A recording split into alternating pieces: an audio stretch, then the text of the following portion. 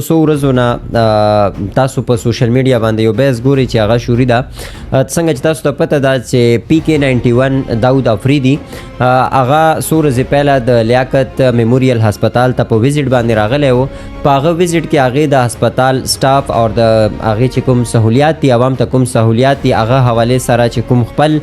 شکایات و هغه یې MS صاحب مخې ته ایښي وو او MS صاحب ته یې دا دغه کړی و چې څومره مطلب سټاف چې کوم دی چې هغه په ټایم باندې نه راځي هغو خلاف د کاروي وکړی شي او چې کوم سهولیات د دې خلکو د عوام حقوق دی هغو ته نه میلاویږي نو دې باندې چې کوم دی کار وکړی شي چې د عوام څومره د مشکلات دي د حل کړی شي. بله اړخ ته که مونږ وګورو بله ورځې ته د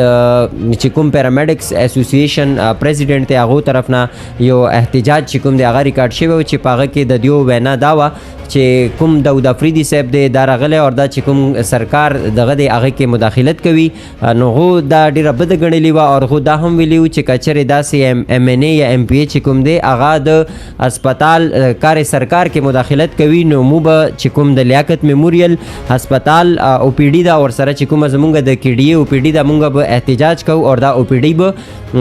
مطلب دی بیا کلوز کوو. مونږ که سوچ وکړو د دوی دا هم وینا وه د چې کوم پیرامیډکس اسوسییشن پریزیډنټ په د دوی دا وینا وه چې هسپتال ته اوسه پورې داسې څه سهولیات نشته چې هغه صوبایي یا وفاق نه مونږ ته داسې څه سهولیات راځي چې هغه سره مونږ عوام ته مزید ښه سهولیات ورکړو. د دوی دا وینا وه چې دا MNA MPA راشي او دلته کې چې کوم دی ټیک ټاک دپاره یو ویډیو جوړ کړي یا په سوشل میډیا دپاره چېرې مونږ مطلب دی د دې هسپتال ویزیټ وکړو او د عوام چې کوم مسایل وو هغو باندې مونږ کار کوو او دا به حل کوو. دوی ته په کار دا دی چې دا د عوام ته کوم دی طبي سهولیات دي داسې سهولیات دي هسپتال ته راوړي. که تاسو ته پته وي د لیاقت میموریل هسپتال په 2019 کې آی تھنک ټینډر شوی و تر هغې پورې اوسه پورې دا هسپتال چې کوم دی دا ویران دی.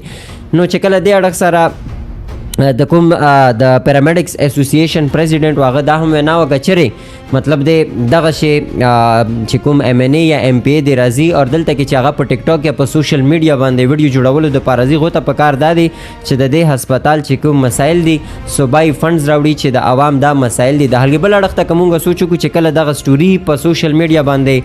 وایرل شوې نو د عوام دا دغه وه چې داود افریدي چونکې هغه د PK91 دغه دی MPA دی نو هغې ته دا رایټس نشته چې هغه د PK92 حلقې کې د هسپتال عملې سره داسې دغه وساتي. دا څومره پورې صحیح دی دا تاسو په کمنټ کې کولی شئ. او بل اړخ ته چې کوم د پیرامیډکس اسوسییشن دا دغه و هغو طرف نه دا دغه وه چې که چېرې بیا هم څوک هم داسې کار سرکار کې مداخلت کوي مونږ به د هغې مزاحمت کوو او مونږ به بھرپور چې کوم OPD دی هغه به دغه کوو. نو اوس که مونږ سوچ وکړو جنرالي په دې سټوري باندې تاسو وګورئ چې د پاکستان تحریک انصاف حکومت تقریبا ډېر وخت وشو خو اوسه پورې د کوهاټ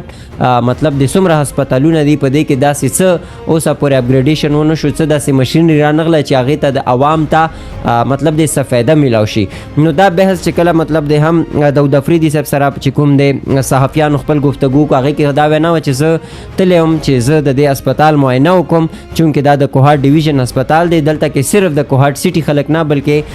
جنوبي اضلاع څومره خلک دي هغه دلته کې راځي او دا زما فرض دی چې زه عوام منتخب کړی یم زه چې کوم دی عوام حقوقو دپاره به همیشه چې کوم دی داسې ولاړم او کاوشونه به خپل جاری ساتم. د دې دواړو چې کوم احتجاجونه و یا چې کوم ویزټ و دې ته تاسو په کوم نظر باندې ګورئ آیا داود افریدي یا نور چې کوم MPA دي دیو ته داسې ویزټ کول پکار دي او که نه دي پکار یا چې کوم د دیو تقریبا 8 میاشتې وشوې چې دیو په حکومت کې دي او په کوهاټ کې تاسو ته څه چینجز ښکاري یا نه ښکاري یا تاسو د دې